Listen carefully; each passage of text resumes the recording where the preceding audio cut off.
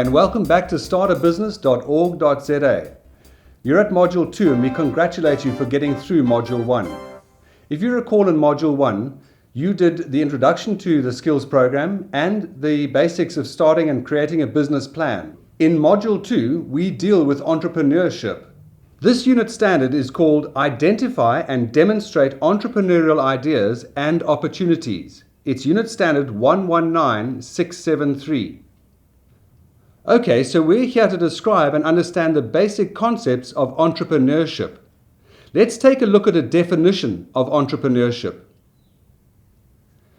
People with the ability to create a working business where none existed before. The entrepreneur produces the combination of ideas, skills, money, and equipment and markets which form a successful business.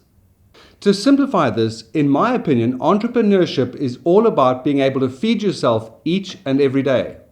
The main characteristics of entrepreneurship are as follows: looking and investigating opportunities, trying to find opportunities that will satisfy needs, has self-confidence, is creative and innovative, persistence and passion towards what they're doing, and gets the job done, takes calculated risks, sets goals and strives to meet them, has good planning skills and leadership skills, and is able to persuade people and network with people.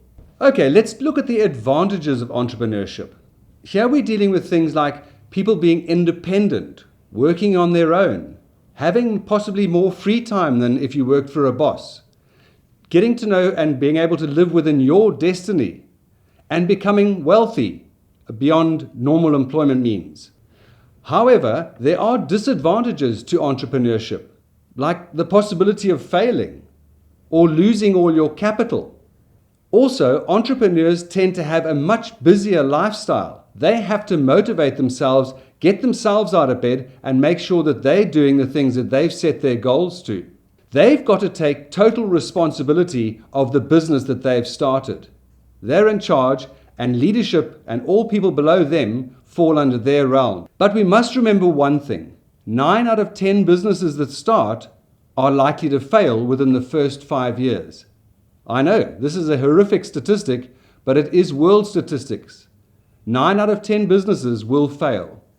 However, you're not here because of failure. You're here because you want to succeed, to grow your wealth, and to have a business that contributes towards the South African society. Let's have a look at the main reasons why businesses may fail. Not having the right attitude, lack of experience, lack of money or cash flow problems, poor research into the marketplace, not knowing what to give and when to give it, not controlling your stock properly, taking too much money out of the business can be a big problem, or poor planning. And even choosing the wrong partners can be a cause for failure in business. Okay, we have a case study for you right now. It's called Make Friends. It's adopted by Mossop Leather, and it's one of my case study stories from my experience. I recall when I was 22 getting my first job. I thought I had been quite clever, having come out of studying for 3 years with a marketing management diploma, only to find that I was having to file papers at the company I'd started at. Getting the job wasn't easy, and now I found myself filing papers of all things. Crazy. I thought I'd be a marketing manager from the onset. Anyway, my time finally came, and I was given 3 customers to call on. It was a leather company, and I had my leather swatches ready. I was ready to go and wanted to say goodbye to my sales manager just before leaving the office. He was on a call to Durban, and he made me wait patiently as he finished the call. I didn't want to be late for my customers, certainly not on the first occasion. I waited, and finally he put the call down. He looked at me in the eyes and said, "Before you go, just remember to do one thing." I looked at him. I was ready to get orders for this company. What did he have to say now? He said to me, "Just make friends." So I left to see my first 3 customers. Little did I know that they were the oldest customers we had. They were shoe factories in Cape Town. My first customer was Mr. Ranchard. a very old man who had a shoe factory making approximately 200 shoes a day. I had all the swatches ready to show him, to sell him the leather, but he didn't want to see those. He wanted to show me his shoe factory, how he made the shoes, what went into the shoes, what sewing equipment he had, etc. It was amazing. I spent the afternoon trying to understand and learning from Mr. Ranchard what his business was all about. When I left, Mr. Ranchard hadn't bought anything, but I had learned 3 things. 1, who is Mr. Ranchard? 2, what was his business all about? And 3, what opportunities may exist in the future when selling or taking leather samples to Mr. Ranchard? Okay, to summarize then, sales isn't about just selling something. It's about understanding what your customers need. And when it came to Mr. Ranchard, I had to learn the lessons. I had to understand his business, his needs, what leather he required in order to be able to supply that leather to him. Mr. Ranchard taught me valuable lessons.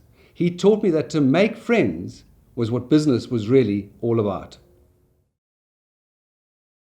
When it comes to generating business ideas, you've got to think to yourself, what can I do to make a business out of that idea? But how do you get to an idea? It seems like all the ideas have been taken up in the world. Well, one place I find to start is where there is a problem. Let's take a problem like trying to find a job in South Africa. We've all tried to find a job before, and it's not easy. It may even be a problem that you're suffering from or facing right now. And if you're facing that problem, you can be sure many others are also facing the problem. So how do we solve the problem of finding a job? Well, firstly, we know there's a problem. And secondly, how do we turn that problem into an opportunity and a need that the market can capitalize on and that you can make a business out of? One way to do it is to look at the problem one way and the other, north and south. Turn the problem upside down. Maybe there isn't a problem. Maybe there is a problem. Maybe we could find a small sector of the market that we can fix the problem for. That's the way to look at it. Look at how you are going about doing what you're doing to find a job, and how could you make it easier for others to find a job? If you can do that, you've got a business opportunity. You've got something that can make money. You've got a need that you can satisfy. Now you might say to yourself, yeah, but there's lots of employment agencies and there's this and there's that, and there really isn't an opportunity. But hold on, if you break the opportunity down and look at it in its simplest form, you might be able to find a segment of the market that needs to find employment, a segment that you could help. Maybe it's in the mines, or it could be on apple farms. I don't know. But look at a small portion of the market and how you can help them, and then you've got an opportunity and a need. And if you satisfy that need, you'll be solving the problem, and that is worth money. We all know about inventors, such as Henry Ford or Thomas Edison, who invented the light bulb.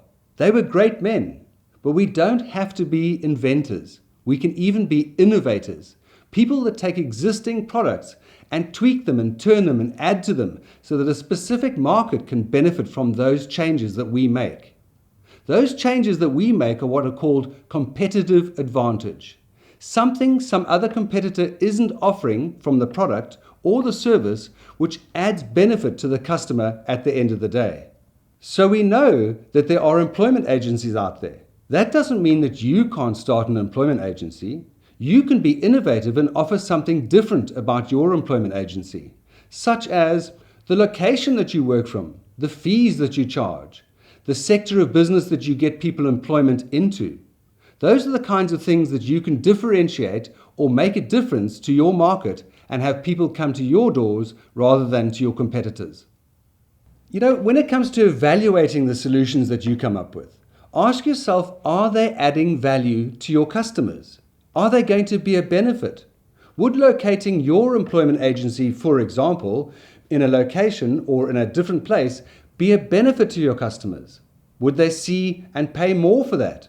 Would you attract more customers than if you were located, for example, in the city? So look at the benefits that you're offering. That's really what it's all about. You've got to realize that a lot of people around you as an entrepreneur are going to think you're crazy, that your idea, your product, or your innovation is different or not different. It'll never make money. You'll lose your life savings on it. Just bear that in mind. You have to be strong at this point in time as an entrepreneur and believe that the market that you're heading towards is willing to pay for the innovations and changes in services that you've got to offer. So when it comes to motivating yourself, you've got to be sure that your goals are smart. Smart goals are specific, they're measurable, they're achievable, they're realistic, and they're time-based. So a specific goal might be, we would like to launch startabusiness.org.za in December 2016, for example. They should be measurable. They're measurable in the sense that we've got all of our material together. Everything's in place. The website works. We're able to deliver all the goods to those that we promised we're going to deliver to. Have a look at achievable goals. There's no point in saying, I'd like to be a billionaire by XYZ date. That's just crazy. Rather look at achievable goals that you'll be able to reach on a monthly basis, given the market space that you're working within. They need to be realistic. A realistic goal is achievable. It's something that can happen given the marketplace out there, given the amount of people that are likely to call on your business. And they need to be time-based. I'd like to achieve the following in 1 year, in 2 years, and in 3 years. And the ultimate goal for an entrepreneur is to retire wealthy, to have money behind him that he needn't work again at some point in time. So when it comes to goals and achieving goals, we need to set action plans. Action plans make things happen. An action plan asks, what has to be done?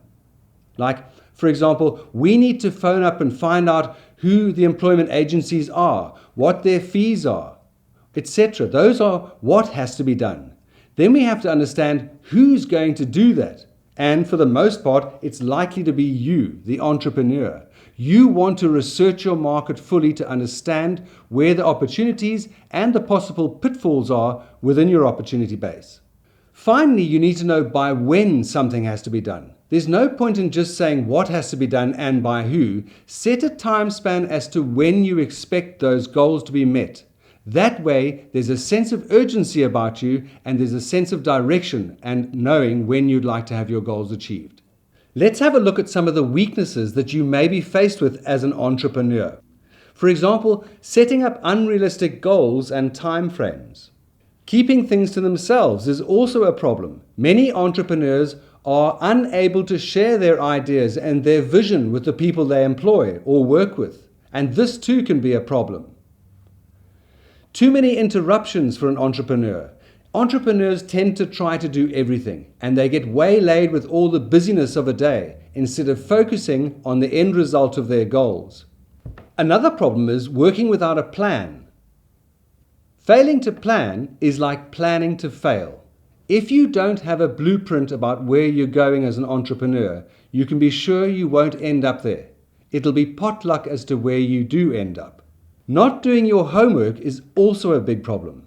Entrepreneurship is all about research, knowing who will buy your products, at what price, where they'll buy them, and how you should sell those products is all part and parcel of being an entrepreneur. You need to do your research, otherwise you're failing yourself and your business. Another case study for you. It's called Work for Free, adapted from Robert Kiyosaki's Rich Dad, Poor Dad. Imagine this story. 2 boys in Hawaii, one a Hawaiian boy and the other a white boy. The white boy's father was a professor at the university. He was doing well. Nice house, nice car. He did okay. The Hawaiian boy's father, known as Rich Dad, had a number of spas or small shops around town, and he was quite wealthy. He had done well for himself over the years. The 2 boys were very interested in understanding how Rich Dad had grown his businesses and what the formula was to make those businesses work. So the 2 boys got together and they approached Rich Dad. And they said to Rich Dad, "Won't you please teach us how to become rich? We're really interested in knowing that." "Sure," said Rich Dad. "That's no problem for me. Come and work in one of my stores and I'll show you guys how to become rich." So the boys went to work for Rich Dad during their holidays. Their job was to dust the cans on top of the shelves. They were earning the minimum wage, and that was all they had to do. Dust away, dust away. It seemed like they just seemed to dust all day long, nothing going their way. Finally, after a week, the two boys approached Rich Dad, and he hadn't spoken to them once during the week, he was so busy. Rich Dad, they said to him, "You're not teaching us how to become rich. We haven't learnt anything from you. How are we ever going to know how to become rich if you don't teach us how to become rich?" Rich Dad looked at the two boys and said, "But guys, you are learning how to become rich." "No, we're not," said the two boys. "All we're doing all day is dusting cans. We're making you rich," they said. Rich Dad said, "I tell you what, stay just another 3 more days. And in those 3 days, you'll learn how to become rich." The two boys looked at each other. They couldn't believe what they were hearing. Another 3 days of dusting cans. This was crazy. So the boys looked at each other, looked back at Rich Dad, and then Rich Dad said, "But this time, boys, I'm not going to pay you anything. Not a penny. You'll have to work for free." The two boys looked at each other and thought, "This is nuts. We can't possibly carry on like this." They looked at each other again at Rich Dad, and said, "Okay, all right, we'll say just for 3 more days, but that's it. If we don't know how to become rich in those 3 days, we're going to walk away." "Fine," said Rich Dad. "That'll be fine." So the boys got back to work again, dusting cans, bored out of their minds. In walks a magazine guy. He's the representative for the magazine company, and he walks to the shelf where his magazines are. So he takes the magazines that are there, they're now old stock, and he cuts the cover off them and throws the meaty part, or the part of the magazine which is readable, onto the ground. The two boys look at each other. What would happen to that part that was on the ground, they thought to themselves. So they approached the magazine representative. "Sir," they said, "what are you going to do with those magazines which are lying on the floor?" "No," he said, "I've just got to take the covers back to my shop and I'll replace those old ones with new ones." The boys looked at each other. Could we take those old magazines, they thought to themselves, and asked him. He looked and said, "Yeah, I don't see why not, so long as you don't sell those magazines. My job is just to take the cover back to the store." So the boys picked up the 4 magazines that were lying on the floor and looked at them. There was the entire magazine just without the cover. And they took it back to their basement and started renting them to their friends. Wow, did they make money. 25 cents each. The boys came in and the girls came in and read these magazines. They were making loads of cash, all just from the meaty part of the magazine that had been left behind. So the boys had worked for their rich dad. Their rich dad had finally paid them nothing. They ended up working for free. But by working for free, they had found something. They had seen an opportunity, the meaty part of the magazine that they could rent to their friends. And they were making much more money than they had when they were working for Rich Dad even the week before, and earning money. So the moral of this story is, work for free and you'll see opportunities. And when you see those opportunities, capitalize them and do something about it.